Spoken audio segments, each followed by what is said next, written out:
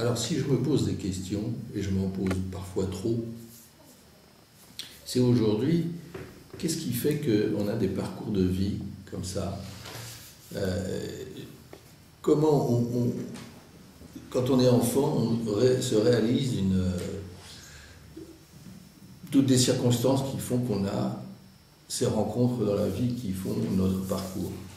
Et aujourd'hui, ça me passionne par rapport à mes enfants, mes deux filles et surtout tous les jeunes que je fais travailler parce que j'enseigne toujours la direction d'orchestre, j'ai toujours aimé la pédagogie, j'étais directeur du conservatoire, tout ça. Et au-delà des diplômes, c'est ça qui m'intéresse. Alors tout le monde dit quand on a 20 ans, il faut avoir des diplômes pour réussir dans la vie. Et alors, le problème c'est que je ne savais pas quoi faire quand j'étais adolescent. Et je rêvais. J'étais timide et je passais mon temps à dessiner. Et je me souviens de mes professeurs, même à l'école, même tout petit, qui me disaient « Enfin, Philippe, redescendez de la Lune, vous êtes tout le temps dans la Lune. » Et c'était une expression qu'on emploie moins maintenant. Mais c'est assez beau d'être dans la Lune, je trouve. Et on peut rêver librement. Alors, librement, on parle de liberté quand on dit librement, et c'est toujours ce que j'ai recherché dans ma vie, la liberté. Et alors, ma timidité faisait que j'étais pris dans une solitude parce que j'avais un peu peur. J'avais un peu peur de croiser des gens, de croiser du monde qui me regardait, qui me posait des questions, petits, adolescents et plus grands. Et donc j'avais toujours des occupations qui remplissaient mon isolement. Petit, je jouais pendant des heures avec des petites voitures, par exemple. Je créais des embouteillages et je faisais tout, je déplaçais une voiture d'1 millimètre pour que l'autre puisse passer. Ça, vous voyez, c'était un peu particulier. Après, je dessinais. Je me suis mis à dessiner, j'ai toujours aimé le dessin. Et pareil, curieusement, on me dit si je faisais de la peinture, non, moi c'était le dessin et la gravure. Pareil, en dessin, je faisais des choses millimétriques. Je dessinais des papillons avec des ailes parfois abîmées, parce que la symétrie est très dure. Et donc c'est très difficile au crayon de faire des transparences, des nervures, des ailes de papillon, l'ombre dans les nervures des ailes de papillon, enfin, voilà. Et je faisais de la musique, je jouais du piano. Et j'avais un côté très romantique, donc je jouais du Chopin, et je racontais à Chopin que moi aussi je voudrais rencontrer une George Sand, mais bon, il n'y en a pas beaucoup. Mais je parlais beaucoup à mon piano. Et en même temps, j'adorais le rock'n'roll, par exemple. Alors, dans les années 70, j'adorais le rock, c'était le début du rock. Eddie Cochran, Buddy Holly, et comme j'étais pianiste, mon idole c'était Jerry Lewis, évidemment. Donc je me prenais pour Jerry Lewis, entre Jerry Lewis et Chopin. Voilà. Et plus tard, je me dis, il faut quand même apprendre un métier, et donc je voulais faire du dessin, j'ai fait un atelier de dessin. Et puis je rencontre un jour un prof de piano qui me dit « Mais jeune homme, vous serez musicien, vous ferez de la peinture en amateur. » Je dis à 18 ans, c'est un peu tard, voilà. Mais c'est pour ça que je dis qu'au-delà des diplômes, que je n'ai jamais pu avoir, puisque j'ai commencé tard tout ce que j'ai voulu faire, au-delà des diplômes, ce sont les rencontres.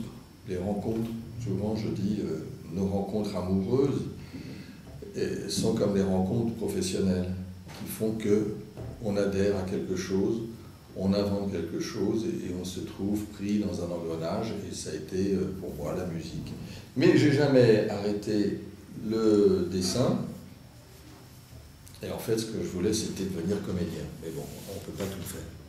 En fait, oui, j'étais dans un monde artistique, c'est évident, au grand désespoir de mon père qui était médecin, qui voulait que je sois médecin. Et c'est ça qui est passionnant, c'est comment ça se dessine, quels sont les moments, les bifurcations qui font que tout à coup on se retrouve dans la vie en train de faire quelque chose. Alors je me suis toujours lançant dans des choses où j'étais un peu solitaire, c'est-à-dire être directeur de conservatoire, ce que je ne voulais pas, parce que c'est trop dur. Il faut être tout le temps en relation avec les autres. Et la timidité fait que être chef d'orchestre, directeur de conservatoire, c'est pratiquement impossible. Et en fait, j'y suis arrivé. Alors, quand je donne des cours de direction à des jeunes, je dis tout le temps, il ne faut pas tricher. Donc, il y en a qui sont timides, je dis, il faut que votre timidité devienne quelque chose de positif. Ce n'est pas parce qu'on est timide qu'il faut raser les murs et se cacher derrière les rideaux, ça. Donc, la timidité, c'est une sensibilité, c'est une façon de voir la vie. Et il faut que ça devienne positif, et ça peut être dans tous les domaines, dans toutes les professions, dans tous les milieux, quelque chose de très beau.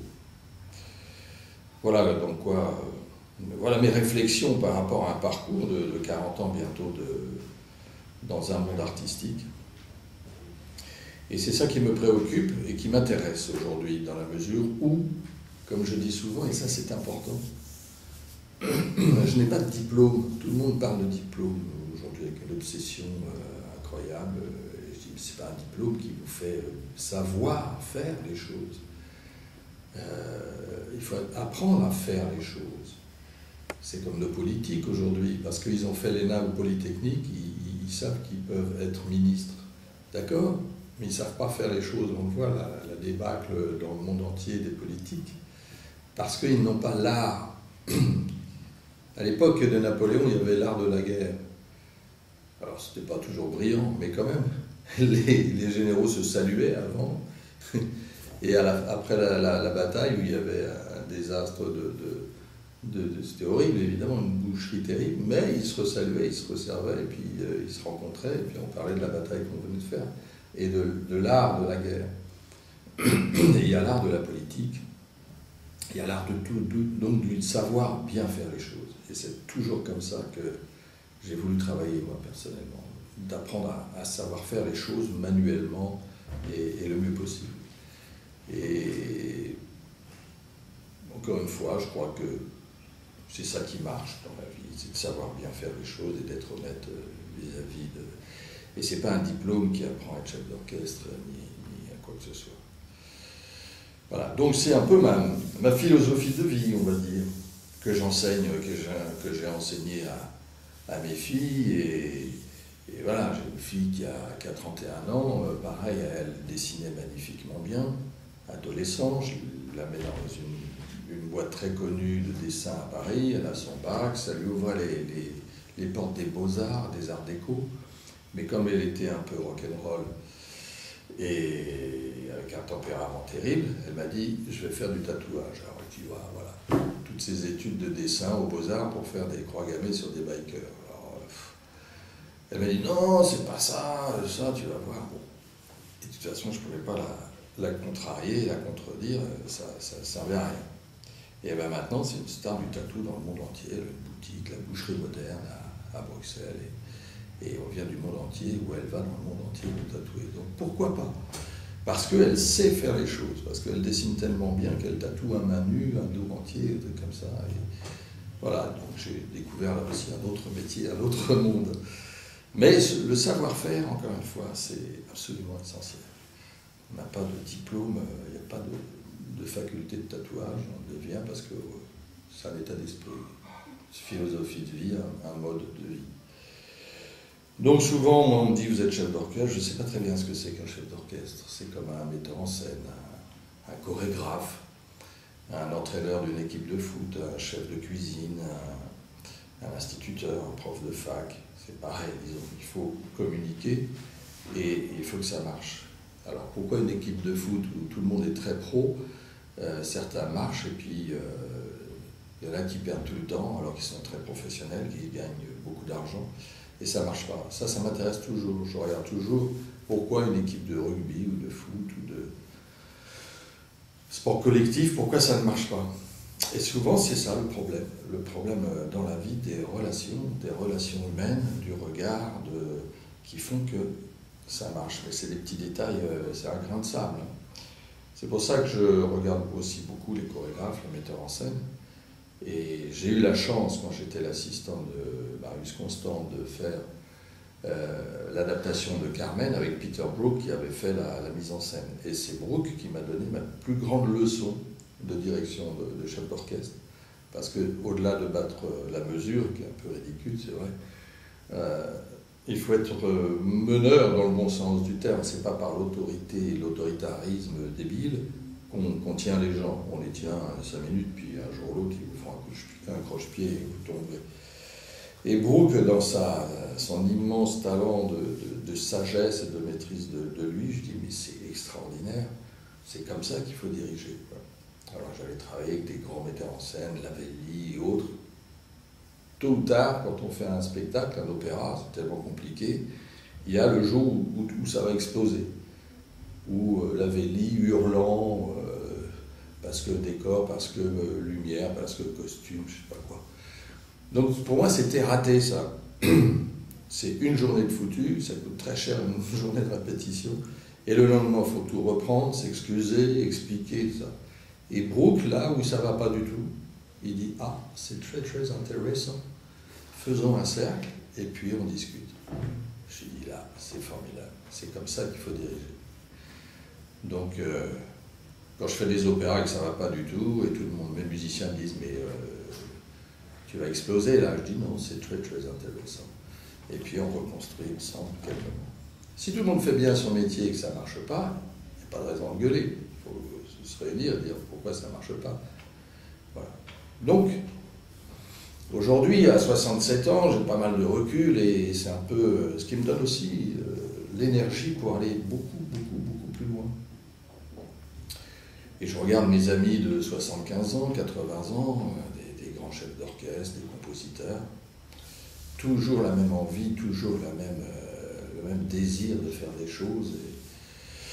Peut-être plus dans l'urgence quand on aborde les 80 ans, des amis compositeurs, ils me disent j'écris une pièce, tu peux la créer maintenant, là, je dis maintenant, peut-être dans 2 ans, 3 ans, le temps de monter, prod. Non, c'est tout de suite. Évidemment, à 80 ans, les jours se comptent autrement. Mais voilà, donc c'est ça qui est intéressant, je trouve. Tranquillement, un parcours de vie qui fait que la sérénité et le calme, c'est plus important que c'est la véritable énergie. Après, il y en a d'autres aussi qui sont liés à toutes les sensibilités de la vie, hein, de l'amour, de comment on arrive à gérer ça. Ça, c'est un autre monde. Je m'arrête là. Je fais une pause.